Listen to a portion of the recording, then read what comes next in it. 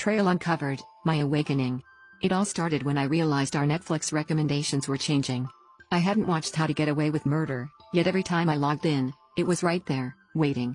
At first, I shrugged it off as some algorithm confusion, but then I noticed the show was always paused midway through episodes. Curious, I checked the viewing history, episode after episode, all watched on weekdays during work hours. That's when I remembered her mentioning how her coworker was a huge fan of the show. A chill ran down my spine as suspicion crept in, but I brushed it aside, trying to convince myself it was paranoia. One Friday evening, she came home late, blaming a work meeting. But her breath smelled like wine, and there was a playful spark in her eyes that hadn't been there for us in months. As she showered, I heard her phone vibrate incessantly on the nightstand.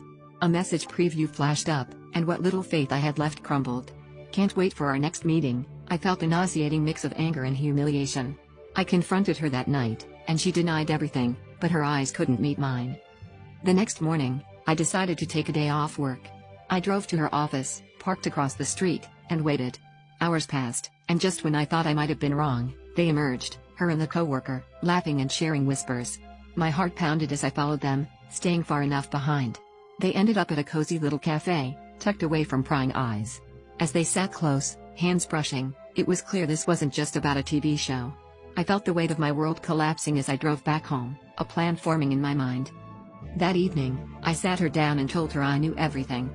Her face paled as I handed her a letter, my resignation from the marriage. She didn't cry, just sat there in stunned silence. I packed a bag and left, driving without a destination. The betrayal hurt, but what hurt more was realizing I'd ignored the signs for so long.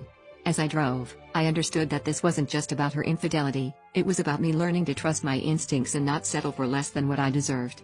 That twist of fate, painful as it was, became the catalyst for reclaiming my life, ensuring I'd never lose myself in someone else's shadow again.